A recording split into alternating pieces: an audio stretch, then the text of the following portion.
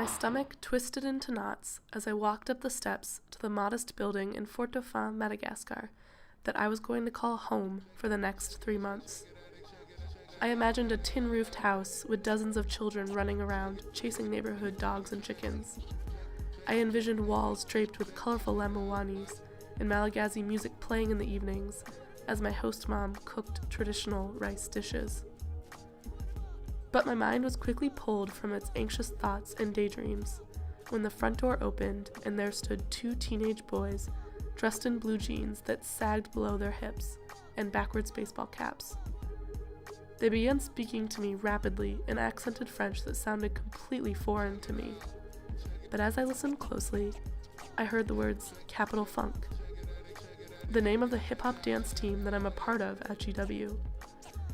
My anxiety quickly turned to confusion as American hip-hop culture slapped me in the face in the middle of one of the most remote African nations. My host brothers, Aina and Anta, were hip-hop dancers, and from what little information they had been given about me by the program, they had learned I too was a dancer. Instead of traditional Malagasy music, Beyoncé and Soulja Boy blared from my family's television, and the walls were covered with posters of Lil Wayne. After school, Aina and I would come home and watch YouTube videos of internationally renowned dancers. My brothers oohed and awed over shoe brands such as Supra and Nike, and they asked me to explain American slang words.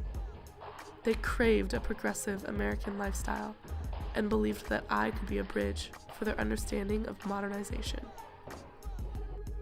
I resented that they wanted to be so American when I had come to them to learn about being Malagasy.